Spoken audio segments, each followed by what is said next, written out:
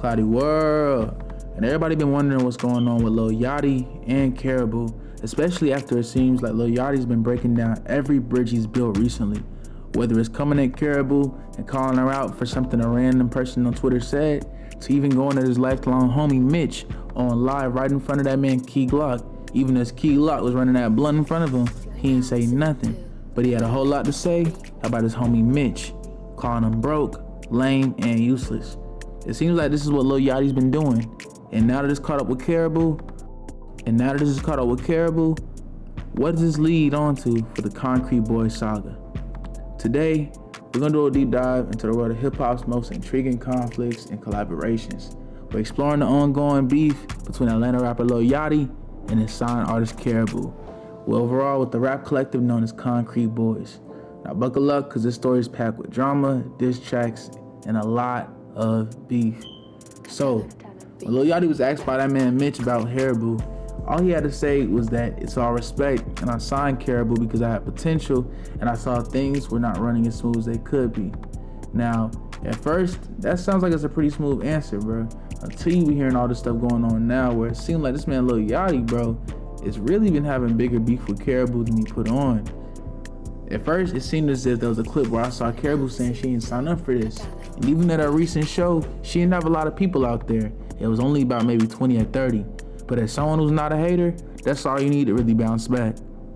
So when people been asking a lot about what's going on with Yachty and her, and they had a live recently where they were just cutting up, especially that man Lil Yachty, bro. He was talking crazy, especially about two main points. One saying that he wrote her original freestyle for Off the Radar, which did over 700,000 views, and he also said that he dresses her, rocks her, and styles everybody in Concrete Boys. Now, that means that he's styling that man Milo G, he's styling Zara Blaze, he's styling J Flex, he's styling everybody, bro. He's putting it on. He's styling DT2 Trail. He's making sure these are his sons. He's making sure all his little sons are ready for work. It's looking crazy, man. Now, amidst this turmoil, Lil Yachty's creation of the rap collective Concrete Boys had become a focal point of discussion. Now, formed in late 2023, early 2024, Concrete Boys was intended to be a platform for rising talent, but the internal dynamics have definitely raised eyebrows. Now, Concrete Boys, with its gritty name and tough persona, comprise a diverse group of artists, man. Each one having a unique style and a unique expression that brings something to the table.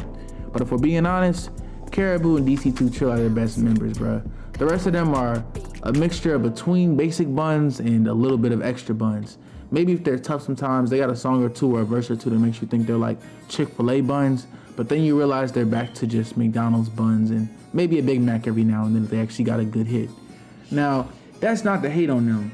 That's just to say that there's a very, very big gallop in talent after DC2 Trill and Caribou, to the point where I honestly feel as if most people don't listen to their music unless there's Caribou or DC on there to really make it better. Of course, we're not mentioning Yachty because that's a given. Now, all these tensions have been going on, and Concrete Boys continues to release music consistently, and they have been making waves in the industry. The collective's ability to bring together various styles and personas makes it an interesting case in the complex world of hip-hop. But, as y'all understand, man, everything that goes up must come down. And as Lil Yachty and Caribou navigate their professional relationship and the dynamics within Concrete Boys, the music world watches closely. As we all know, Lil Yachty did put on Caribou. And though I do hate to give somebody who's a know-it-all and who loves to hold things over people's head any credit, when you do put people on and show love, the reality is they were busting tables. They weren't doing what they're doing or having the opportunity to these realities. And that is something we have to acknowledge when someone else is trying to say that they did everything themselves. When you say and make a statement that you're self-made, it gives people like Yachty the right to say and call your bluff, because you're not self-made. You're an industry baby. And especially with this release of the reference track with Lil Yachty, basically saying the entire freestyle for the On the Radar with Caribou, it just looks worse and worse for her credit and the way people respect her in the rap industry. Now, everyone's been watching them and trying to see what's gonna happen next, man. And honestly, I feel like we're worried about the wrong thing. What we need to worry about is who in the industry really had the biggest issue with separating Concrete Boys. Because you have to understand, Concrete Boys could have been a very solidified and solid label. And it honestly makes me respect older groups like the Hot Boys with Lil Wayne a lot more. And that's because they were able to stay alive for 3, 4, 5, 7 years. Stuff like that feels almost unheard of for even 2-person groups. So when we look at stuff in the big picture, it really shows how not just a level above some of these earlier 2000 level talents of Kendrick Lamar, J. Cole, all them boys, but also the Lil Waynes, even the T-Pains, to be honest, because they were able to solidify something dolo or solidify something with a tight-knit group that was able to get the cheese going for everybody, especially in the era where they really selling a lot of these rappers down the pipe drain, man. If you got talent and you come out at the wrong time, they put you on a shelf. If you got talent and you come out at the wrong time because one of their label lackeys is trying to make a song hit and they got a similar sound to you, they'll put you on a shelf. So yeah, you'll get your little 2, maybe 300,000, but now you in debt for 400,000, and you're not getting a label push to be able to actually make that money back. Meaning the hood gotta really rock with you to where you're forcing the label to show you love, or you gotta have a real solidified way of earning income to get that label chain off you so that you can then be a solidified artist in the industry using those things as leverage. Everything is all about ins and outs, positives and negatives, the pros and the cons. And when we look at this stuff, it paints a bigger picture, because when we look at Lil Yachty and Caribou, people were already having weird allegations on what that girl Caribou was doing. Sources were saying that her and Lil Yachty were already smashing on the low, as everyone remembers the viral clip where when they said one night, Yachty can't even last one round. Now, even if you are one of the biggest Yachty stans in the world, man, we all knew what Caribou was talking about, and she wasn't talking about no gun range. All I'm saying is, man, it seems like Lil Yachty a little heated off of Cloudy Conspiracy.